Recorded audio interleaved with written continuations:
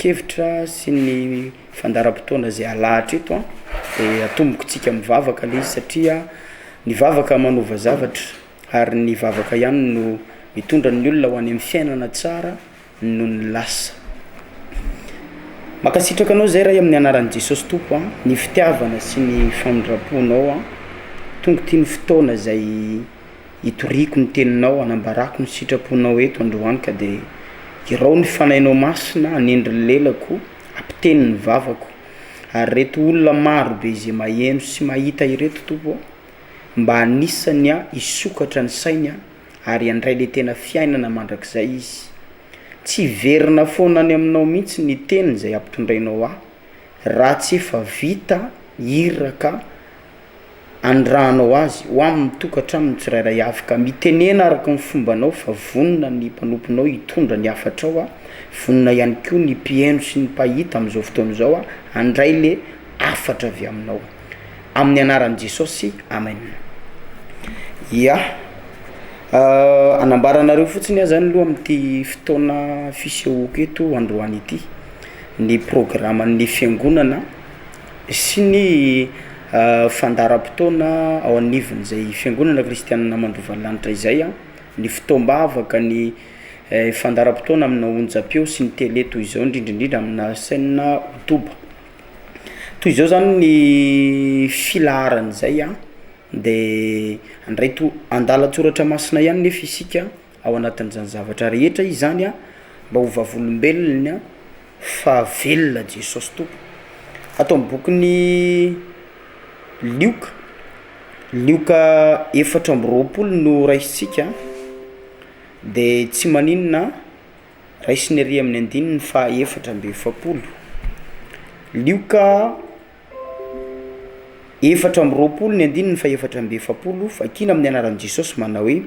de hoy izy taminy izao no teniko izay nolazaiko taminareo fonombola tao aminareo aho fa tsy maintsy ho tanteraka izay rehetra nanoratanay teo amin'ny lalànan'ny Mosesy sy ny mpaminany ary ny Salamo dia nanokatra ny sainy ireo izy alalan'ny soratra masina ary izy taminy izao no voasoratra fa Kristy hiaritra ka hitsangana amin'ny maty amin'ny andro fahatelo. Avelantsika eo somary fohifohy ihany aloha ny andalatsoratra masina zay anokafantsika nyty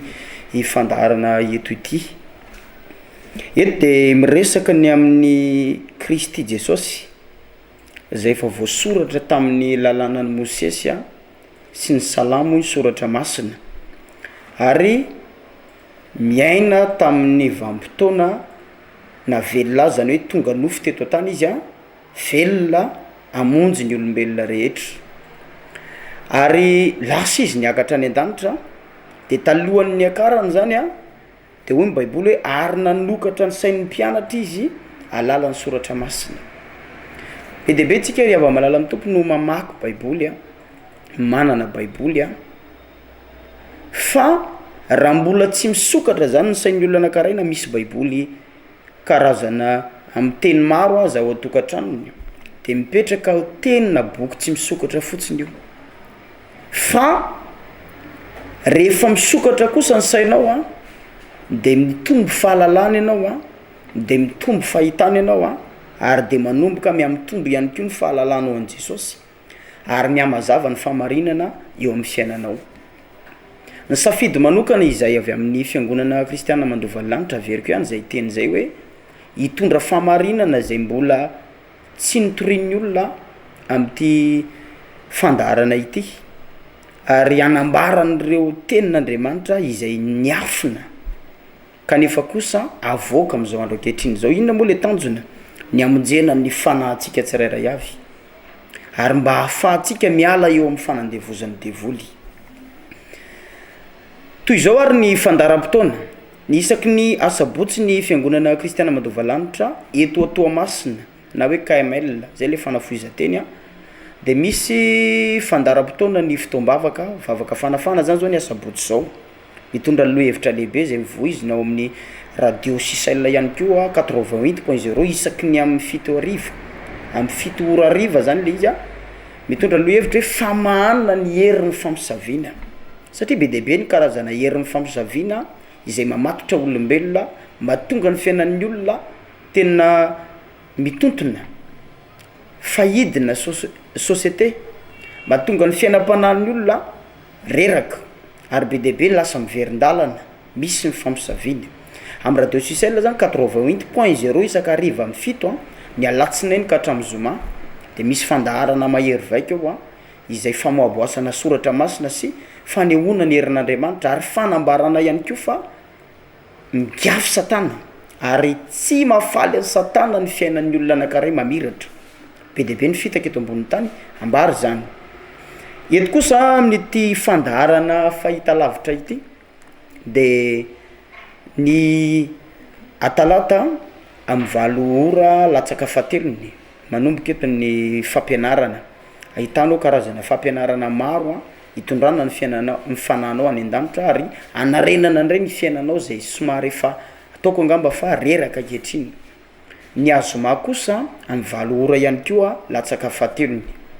anarahanao re toriteny fampianarana fijoroana vavolombelona ho fanaporofona sy fanambarana eran'izao tontolo zao fa mbola velona Jesosy ary miasa eto Madagasikara. Be dehibe ny olona tia no vonjena de zay ny mahatonga anay mitsangana ankehitriny hitory famarinana satria nosokafan'ny tompo ny sainay alalan'ny soratra masina ampianatra ny olona rehetra maimaim-poana izany famarinana izany mba atongavany any an-danitra.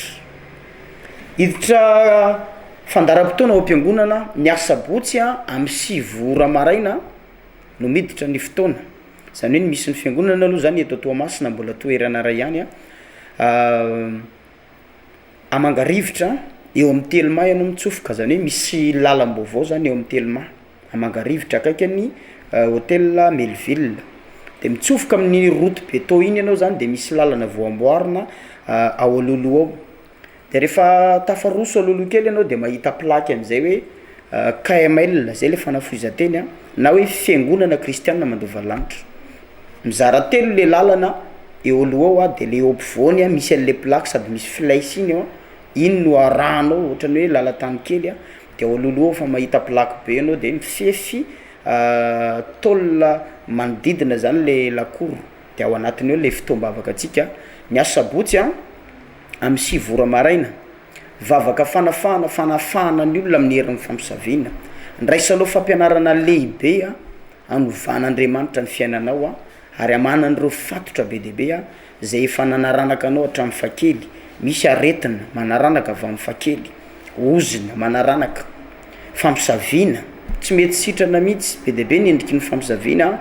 misy eo amin'ny alalan'ny zavatra maro ny atao hoe fampisaviana rehefa mahazo fampianarana tsy ara-baiboly ny olona anankiray na mpivavaka ray de fa endrika fampisaviana zany rehefa mahazo mihinana zavatra tsy zaka ny olona anankiray fampisaviana zany be dehibe ny atao hoe fampisaviana voasana mola izy eo amin'ny radio sisal isaky ny ariva io amin'ny fito de ao no zany tena manaraka anazy zay tsy maharaka moa de ezaka zay anazavana izy eto amin'ity fahita lavitra ity ary inoky sy atenaiky ry havana fa tena isandratra ny fiainanareo menakavy tena ombanareo mandrakariva ny tompo rehefa afaka mifatitra taminareo mahatonga amin'ny fiainatsika manana tanjona ambony be ny olona tsirairay avy ary ny tanjoko za tsy maintsy mahavita trano vato za tsy maintsy mahazo fiara ohatra za tsy maintsy mirehatra ra-panahy be dehibe ny tanjontsika olombelona fa ny akamarony mijanona ho tanjona fotsiny fa tsy tratra ny akamarony mijanona nofinofo fotsiny ny akamarony mijanona etaetany anaty fotsiny fa tsy mety tonga eny amin'le tanjona mihitsy satria maninona efa nresahako teo misy ny atao hoe fampisaviana amin'ny fotoana ny olona anankiray manana ezaka andeha hitroatra amina fiainana anatsarany fiainana anatsarany hoaviny de tadidio foana fa tsy mahafaly amin'ny olona ny fiainanao mivoatra ary zay indrindra mahatonga ny akamaron'ny olona ihany no ampiasainy ny devoly amodika olona devoly moa tsy afaka iseho hoe ahoana moa ny alalanao hoe io devoly na ino devoly tsy kary milaza le oam-pitenena ny gasy iny hoe ny ratsy hono tsy misy tandroka ary ny devoly tsy hitanao hoe iny misy rambo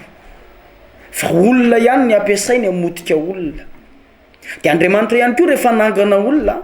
de olona ihany koa ny ampiasainy anangana olona ka raha mahay mampiasa ny olony ny devoly amotehana olona de za koa miresaka aminao fa mahay mampiasa mihoatra lavitra ny fampiasan'ny devoly ny olony Andriamanitra mampiasa ny olony anavitra olona ao amin'ny fanandevozan'ny devoly amany olona ao anatin'ny fatotry ny devoly tadidiovy nefa fahara-panahy ny fiainana raha te aomby ianao zany de mifamatotra amina tontolo ara-panahy ny fiainana ary mifanombohana raha te hanomboka zavatra ianao na inona te hotratranao ny tanjonao de ao amin'ny ara-panahy zay ny mahatonga anay misitona ny olona hoe hivavaka fa atsika ny herin'ny maizina de ho hitanao fa hiadana ny ara-panahinao de hotratranao ny tanjonao miala maina ny fahavalonao zay moa ny fandaram-potoana mahakasika le hoe ao am-piangonana ny asabotsy amin'ny 6 ny alarobia kosa de miditra amin'ny 2 ora tolakandro ny fitombavaka mbola eny amangarivitra ihany ny fotoanatsika amin'ny fotoana io ny alahady de misy fampianarana soratra masina manomboka amin'ny 4 ora tolakandro fampianarana soratra masina amoaboasana ny hevitry ny soratra masina alalana hoe aiza ny marina aiza ny diso aiza ny mbola mitoetra aiza kosa ny foana satria amin'ny fotoana tsy hain'ny olona isoratra masina io de tantaraiko anareo fa manala an'izay tokony aminjeny izy ary mampitoetra n'izay mavery ina moa le tiako lazaina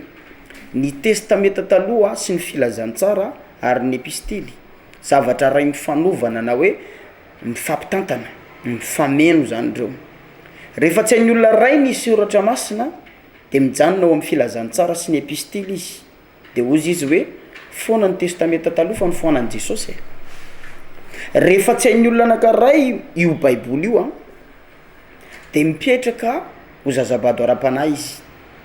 zany hoe lay fahalalana ny soratra masina ry havana malala amin'ny tompo de miakina n'lay hoe fisokafany saina misokatra zany ny saina na hoe masym-panahy paratoka ho itsika rehefa misokatra iny a de manana fahalalana mihoatra ny olona rehetra ianao zay moa ampanetretena ny ilazanana zany eto tsy reharehanay amin'ny maha-olombelona anay fa reharehanay amin'ny Kristy manana fahalalana be deaibe zay amina soratra masina ary misy aza tsy avao amin'ny soratra masina fa avy amina fahitana avy amina nofy manana an'izany famezam-pahasoavana zany zay a ary afaka mandika ny hevitry ny nofy ny olona anankiray na tsara na iratsy zany tsy famezana avy amin'ny satana fa famezana avy amin'ilay Andriamanitra pahary zao tontolo zao Andriamanitra ray pahary ary avy amin'ny Jesosy Tompo sy ny fanahy masina taloha ny fanahy masina teo ihany fa tsy afaka miditra ao amin'ny vatan'ny olombelona fa rehefa niditra any amin'ny voninahitra Jesosy a de nomena am'izay ny fanahy masina hiditra ao anatin'ny olona rehetra fatatsika angambo zany tamin'ny andron'ny asan'ny apôstôly toko faharoa zany hoe mitoetra ao anatinao am'izay ny fanahy masina zay no mahatonga amin'ny bokin'ny Korintianina milaza hoe tsy ho fantatrareo va fa tenimpolon'Andriamanitra ny tenanareo na hoe tenipolon'ny fanahy masina de ny fanahin'Andriamanitra ny ao anatinareo zany hoe fa ao anaty iny am'izay ny manokatra n'ilay fahalalana azahoanao fiadanam-po fiadanan-tsaina ary ahafahanao manatanteraka tsara ry havana ireo tanjonao nofinofinao fanirinao fikasanao ny fikarakaranao ny fiainatokantranonao ny ara-panahinao de jerevy tsara fa mirindra ny fiainanao anatin'izay efa nandray ny fanomezana ve ianao de ny fanomezan'Andriamanitra raha mbola tsy nandray ianao fa mbola voahidy a ao anatin'ny herimaizina de manasanao zay anatrika vavaka fanafana lehibe a ny asa sabotsy ho avy zao ny nambarako teo moa ny hoe eto Toamasina misy an'ilay fiangonana kristianina Mandovalanitra de ery a Mangarivitra ny Antananarivo kosa de Ambojanahary a misy an'izay ihany koa taritiny apôstôly lehibe a apôstôly Andreas mpiara-miasa moa zay mirahalahy ao anatin'izay a maromaro zay ny mpiara-miasa ao anatin'ny fiangonana de ny any Tsirabe koa efa misy taritiny lehilahy mahera-jaina Flavé de ambara amin'ny olona rehetra zany ny any amin'ny faritra Fenorivo ny efa Osokafa na Atsoatsy reo zany aloha ny faritra efatra efa misy an'ilay fiangonana ary efa manomboka mijoro de mihamazava ny famarinana moa araky ny tarigetranay hoe mihamazava ny famarinana de mba heleran'ny Madagasikara le famonjena eny tsy Madagasikara ihany fa hatrany parantany reto ny zavatra tena manisan'ny zavatra tena hoe mampisavorovoro ny sain'ny olona amina resaka fivavahana tsy meko tsiny nefa ny tsirairay avy raha manana n'izay fomba fijerin'izay hoy ny olona hoe misy fivavahana ry zao daholo mitsangana zao mitsangana de lasa adevitra moa izy ny am'tambazotra serasera hoe be dehibe loatra ny fiangonana eto Madagasikara de mampahanitra ny fivavahana te hitondra fanazavana lalany am'izay a de ho fantatrao hoe mampahanitra tokoa ve ny fivavahana sa mampanankarena raha fivavahana mampahanitra ry havana aleo tsy mivavaka ny fivavahana misy tombotsoa ao amin'ny aranofo ary tombotsoa amin'ny ara-panahy Jesosy Tompo izy tena ny miteny ozy izy hoe zay mahafoy ny tena no ny ampo na mahafoy izy trano na rahalahy na anabavy na zanaka na inona de ozy izy tamin'ny Petera hoe andray zato eny ozy izy eto ambonin'ny tany izy zany hoe afaka hitahin'Andriamanitra zany ny fivavahana ary ozy izy hoe miala eto ozy izy de fiainana mandrakizay ka tsy marina ny filazan'ny olona hoe mampahanitra arakaraky ny fotom-pampianarana azonao koa nefa le izy sady misy fotom-pampianarana manandevo tsy oloko aminareo fa misy fotom-pampianarana manandevo fa misy fotom-pampianarana manafaka amin'ny fanandevozana zay indrindra lay hitondranay fanazavana famarinana ara-baiboly tsy mbola nisy nitory fahalalana soratra masina zay nomena araka ny famezam-pahasoavana nomen'Andriamanitra anay tamin'ny fifadikanana ny azahoanany zany ary fikelezanaina sy fahafoizan-tena samy manana ny azo moa ny tsirairay avy fa ny anay a fanazavana famarinana no azonay amonjy ny malagasy satria anisan'ny mampikorotana n'izao tontolo zao io miady ary firenena ho Jesosy hiady firenena fanjakana hiady fanjakana isy orooro ary reraka ny fon'ny olona be dehibe ny faminaniana amin'ny andro farany mahatonga an'ireo mitranga ary ava malala de zao misy tsy famarinana mely dia lay famarinana tapiny de mahatonga ny olona lasa feno adevitra riariaria mitady le famarinana zay mihitsy ny joroanay akehitriny amin'ny anaran'i Jesosy anamboraka lay famarinana ary tsoroko eto aloha le izy zay tsy fivavahana le hoe avy any Afrika na vaiza fa nifoazin'Andriamanitra teto Madagasikara ary voataiza tamin'ny tontolo ara-panahy be dia be ny fijorona vavolombelona makasika ny amoazan'Andriamanitra anay sy ity fiangonana izay hitondra nareo any an-danitra ity eto ary foana ny fandarana zany isaky ny atalata amin'ny 20 ora latsaka fahatelo ny alatsinainy amin'ny 20 ora latsaka fahatelo ny amin'ny radio Sisal kosa isaky ny amin'ny 7 ora hariva ny alatsinainy ka hatramin'ny zoma miverina amin'ny 5 maraina ho fantatrareo ny marina dia ny marina no hanafaka anareo tsoa andevo dia ho fantatro tokoa hoe mampahanitra ve ny fivavahana manandevo ve ny fivavahana manafaka ve ny fivavahana inona ny tena antony fivavahana amin'Andriamanitra ray Jesosy Tompo fanay masina inona misy tanjona mako ny zavatra rehetra matoa tomboka tsara ny tompo ry zareo misafidiana fiainana anazavy izay eto ny makasika ny hoe fivavahana manahoana maresy devoly na hoe maresy ny herimaizina ianao dia afaka mandresy ahoana ny fomba fivavaka ao ahoana ny pozinao ahoana ny fihetsika andresenao afaka mandresy ianao raha fantatrao le marina fivavahana manahoana no andresena herimaizina na andresena devoly teboka voaloha fivavahana manahoana no atonga n'Andriamanitra hetsika hitahanao fahatelo tarigetra telo fivavahana manahoana no atongavanao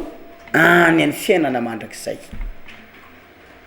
misy fivavahana tsy mahatonga anao any an-danitra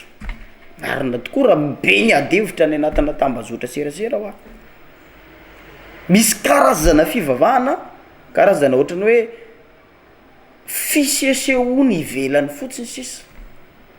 fisesehoana izay kristianina zay nandray an' Jesosy zay fiangonana ny oriny efa ely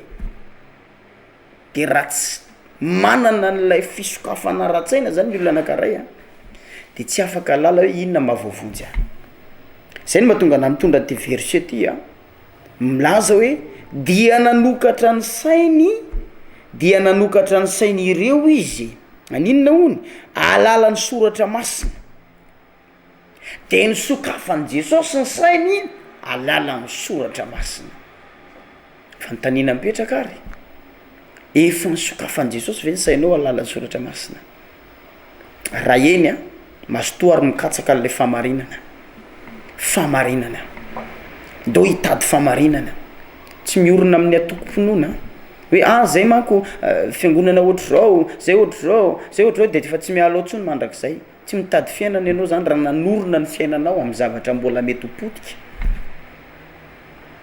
fa ny olona afaka mandresy tonga any amin'ny tanjona iriny dia masamandray fanapa-kevitra ary miorina amin'ilay fototra ara-panahy de Jesosy Kristy tompo naiza misy any Kristy fanompona any Kristy tsy amin'ny vidiny fanandevozana fa mifahafahana zay nomeny tamin'ny alalan'ny rahany zay naratsaka teo amin'ny azo fijaliana ho famonjena ho an'ny rehetra ary tamin'ny alalan'ny fanomezana zay nomeny ny amin'ny alalan'ny fanay masina sy ny fisokafana ratsaina zay nomeny rehefa niditra any amin'ny voninahitra Jesosy dia nanomeny fanomezana nalatsaky ny ray ny fanay masina tamin'ny andro Pentekosta zay efa nankalazayntsika tamin'ny alahady fa 420 volana teo mazava tsara fa afaka tonga any an-danitra ny olona rehetra ary amin'izao andro zao tsy misy tsony na jiosy na grika na andevo na tsy andevo na afaka na iny fa iray ihany izy rehetra ao amin'ny Kristy safidiana fiainana de ho hitanao ny voninahitry ny tompo eto am-pamaranana de miresaka ry avy malala amin'ny tompo hoe raha hivavaka ihany de aza mandany andro fataovy misy fiatraikany eo amin'ny fiainanao ny fivavahanao raha hivavaka ihany de famarinana vonjena ary zao aza manaiky vidimbola ny famarinana zay fantatrao mandihana mirariny sy nihitsiny mitady mpivavaka marina andriamanitra raha miresaky jesosy tompo sy lay vehivavy Samaritanina tery apatsakana izay eo am'bokiny Jaona toko efatra de manambara ny tompo ny amin'ny loharano zay omeny ho an'ny olona rehetra zay mangetaeta de ozy izy hoe ho avy ny andro ozy izy ary tonga ankehitriny ny tena mpivavaka ivavaka amin'ny fanahy sy ny famarinana ary ny ray ozy izy mitady mpivavaka aminy toy izany amin'inona hony fanahy sy ny famarinana de ny ray ao an-danitra mitady mpivavaka aminazy amin'ny fanahy sy ny famarinana zany le resaka de zay no mahatonga na manokatra lalana fotsiny androany hoe hitondra famarinana zay tsy mbola ren'ny sofinao zay ifandimidimby moa zay eto mitondra an'izay fandaharana zay mety eto za mety eto apôstôly mety eto ny mpiara-miasa fa misy famarinana tsy mbola reanao tsy mbola hitanao ho hitanao eto toy zao ary misy larina tarbia eo ambany io de afaka mandray ny larina tarbia anao raha mila resadresaka amina na manontany ihany ko hoe aiza ho aiza ary ny foibe anareo be deabe moa zavatra mbola tsy voalazako eto fa ohatrany karazana fanambarana ny zavatra etsika ho ataona eto fotsiny zany no tena nambarako teto sy ny fahatsarany Jesosy ary ny famarinana fantatra ary ny fisin'ilay fiangonana kristianina mandovalanitra eran'ny ataoko hoe toerana efatra zay efa manomboka miamiely ny tanjona de amonjy fanahy tsy anabady olona amina fivavahana anabady olona fa nafaka olona ao anatin'ny fanjakan'ny aizina mamazava de misy larina tarbio afaka mandray an'izay ianao ny tenako lelan'Andriamanitra Titosy no mitondra ny fandaharana teto manasanao ary anaraka isaky ny atalatariva amin'ny valo ora latsaka fahatelony sy ny azoma amin'ny valo ora ihany koa latsaka fahatelony ary ny radio Sisail 80.0 ny alatsinainy ka hatramin'ny zoma amin'ny 7 ora miverina amin'ny 5 ora sasany maraina ivavaka angamba ny amaranako anazy eto de mirary fahombiazana ao atsika rehetra de manomboka rapitso ny sabata zany hoe ny sabotsy fotoam-bavaka le fanafana lehibe zay matsapa voafatotra voageja miaina amin'ny fiainana izay tena mampahory tongava ary fa horaisinay ampitiavana mpanajana ivavaka ho anao zay anao délivrance ho anao zay hitondra